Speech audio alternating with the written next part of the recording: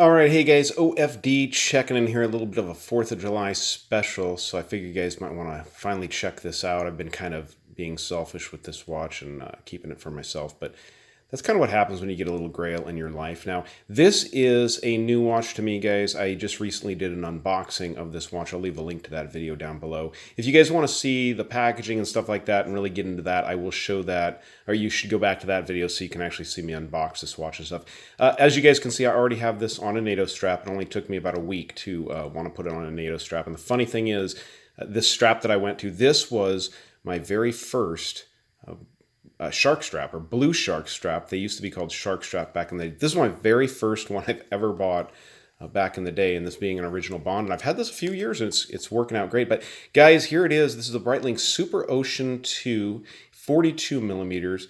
This was a Baselworld 2015 release, guys, and a watch that really kind of goes back to the traditional styling that Breitling has always had in their SuperOcean series. In the recent years, they've done some really neat changes and different things to the SuperOceans, but this one went back, I thought, for myself at least, to their more classic styling in their dials. It definitely, Breitling always, their watches and their dials always, even in their divers, kind of harken back to aviation and stuff like that. So, and this definitely does that. So real quick, guys, I'm going to show you in the background. Here's the packaging. We're going to get into this strap as we do the actual watch review. I'll show this again, of course. This is the original strap that came on the watch. And if you want to see the watch on this strap, you do need to go back to that unboxing video. Here's the box that came in. Of course, they come in their nice leather watch roll here with their stuff.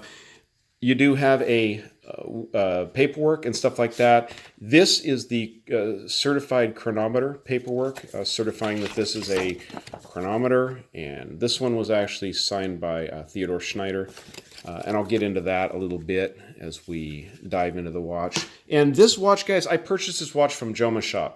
Now, if you guys aren't familiar with Jomashop, they are a dealer out of New York. They carry everything. I mean, pretty much from Fossil on up to Rolex and stuff even above and beyond IWC. Some really impressive watches they carry. They do cover the warranty on these watches, so definitely if you do buy a watch from them, go to the website within 45 days and get your watch certified for warranty and stuff like that. I've bought 4 watches, or 3 or 4. This is, I think, 3, 4, I don't know. But I've bought from Jomashop, and guys, I've always had great luck with the company. So guys, I'm going to go ahead and adjust the camera, and we're going to go ahead and take a closer look at the Breitling SuperOcean 2, get into some specs and everything. All right, guys, so here we go. I've got the camera adjusted here. So here it is. Now, one of the things I'll tell you about this watch, and one of the things I really liked about it when I first saw it, was just how darn shiny this watch is. And then the contrasting matte bezel kind of really made it for me. Like I said, it's got a classic style layout for their dials here on their SuperOceans. You guys can see it has your standard Arabic 1 through 12 there on the standard chapter, as you'd see. Then on the inside, inboard of that, you've got a 24-hour chapter, which is great. And then even outboard of the standard, if you guys can see, you have the 55 count there too, which is very nicely done. Now, looking at the dial on this watch, it's pretty busy. You have the applied Breitling logo up there just below the 12 o'clock. Very pretty, shiny logo they apply on these watches, done very nicely. Below that, you have the Breitling, the 1884. And I'm going to go ahead and get this stopped and move the hands. This is killing me because I'll be honest with you guys, I've not stopped this watch since I bought it. It's keeping wonderful time. I'll get into that here in a little bit. I'll go ahead and unscrew this crown. Let's move these hands out of the way to make it easier to see what we're looking at here. Get this to around 2 o'clock here. You guys can see that, okay. So I'm going to leave that out so we can talk about that. Down below, you have 4 lines of text with the SuperOcean, your chronometer, your automatic, and your 500 meters or 1,650 feet. So yeah, this is a very well-built, sturdy diving watch. It's going to get anything done you need as far as diving goes with that 500-meter water resistance. Case dimensions on this watch, guys, you're looking at 42 millimeters from side to side, not including the crown or the crown guards. You're looking at 50 millimeters from lug tip to lug tip. The watch comes in at a very nice 13.3 millimeters of thickness to the top of that sapphire, that AR-coated sapphire crystal there on the watch. Very nice. And you have 20 millimeter lug openings on this watch. So it's very nice lug openings. Now this watch is available on a bracelet or available on the rubber strap, as I bought it here. Now guys, I will tell you that traditionally I usually do buy a watch on a bracelet. I kind of think I probably should have done that because the bracelets for these are as much as a nice watch. It's about a $500 to $600 investment just to get a bracelet for a Breitling like this. So the rubber straps, if you get it on a bracelet and don't have a rubber strap, the rubber strap's going to set you back about $300 itself, unless you buy just an aftermarket or a fake branded one, which I wouldn't suggest doing or anything like that. Taking a quick look at the buckle, since I got it up here, you see the Breitling logoing. It is a long style buckle here, so this bottom piece actually acts as your first keeper, and you have the other keeper here. So that's the rubber strap it comes on. So let's go ahead and screw the crown down here.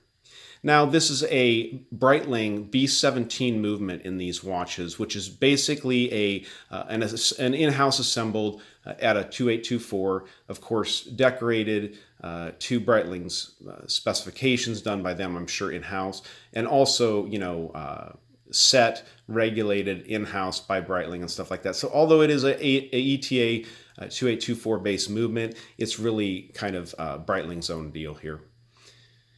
So the Breitling, the B17 movement is a 25 joule movement. It's beating at 28,800 vibrations per hour, so you get that smooth sweep of that second hand.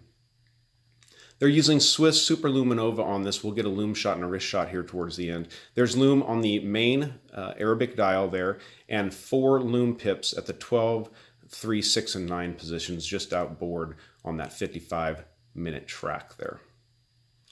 You get a 120 click bezel on this watch, and you know, as you would expect with a watch in this price point, everything lines up beautifully, and it is absolutely rock solid, you know, on this watch.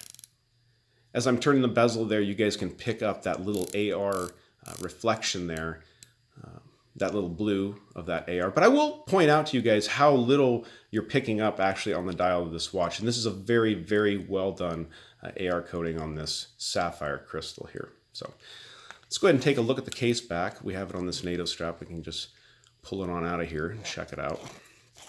I also want to show you guys just the beautiful case polishing on this watch. Everything on this watch is polished. Like I said, the only thing, and excuse the fingerprints there, guys, it's hard to avoid.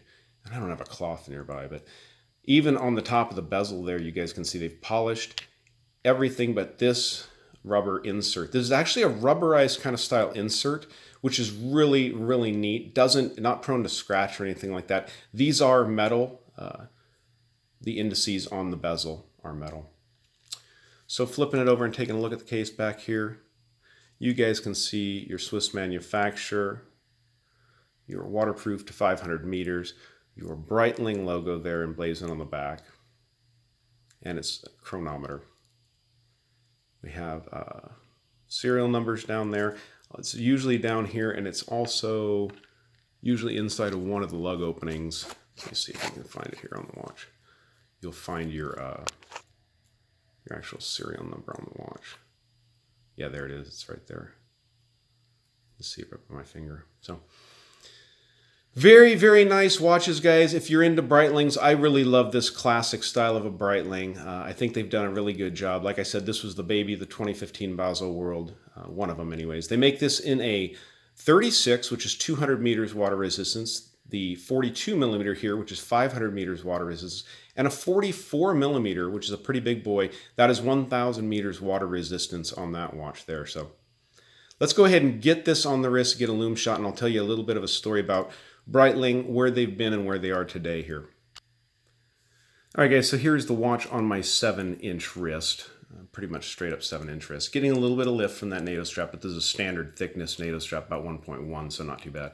So guys, Breitling, if you're not familiar, last year in April 2017, they were purchased by, I think, CVC Partners, a capital investment group.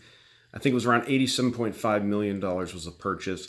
Breitling had been going through quite a bit of troubles since the crash of 2008, the financial crash and stuff like that, and really were having a lot of trouble as far as getting back on their feet. The company had been for sale for a while from the Schneider family. I think that the grandson of Ernst Schneider, who purchased the company from Breitling in 1979, had the company up for sale for a while.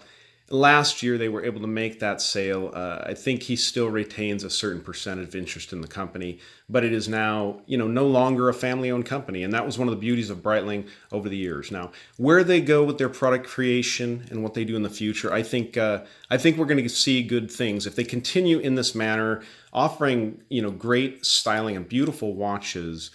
These are expensive watches, guys. These are entry-level luxury watches, so you have to remember that when you're going into them and buying them. But they do offer so much. And I have to tell you guys, after owning this watch, for the last couple of weeks, I do see the value of owning, some of this luxury stuff. This watch is going to maintain its value. It's an absolutely wonderful timepiece. It keeps amazing time, guys. I had to reset the time for the video, as you guys saw, but really, I think the watch was about 22 seconds fast after 2 weeks of wear, and I have no problem with that. That's absolutely impressive to me. So let's go ahead and get the lights dimmed in here, guys, and get a Loom Shot, and we'll go out with that. All right, guys, always fun to go with a Loom Shot. So here we go, and I think you guys will be impressed. I'll tell you guys that the Loom on this baby lasts all night long. We're so used to Seiko Loom and stuff like that, but this Swiss Super Luminova in these luxury watches is really impressive stuff. So, whoop. All right, guys, there it is. Pretty Loom. Like I said, it really lasts all night long on these watches.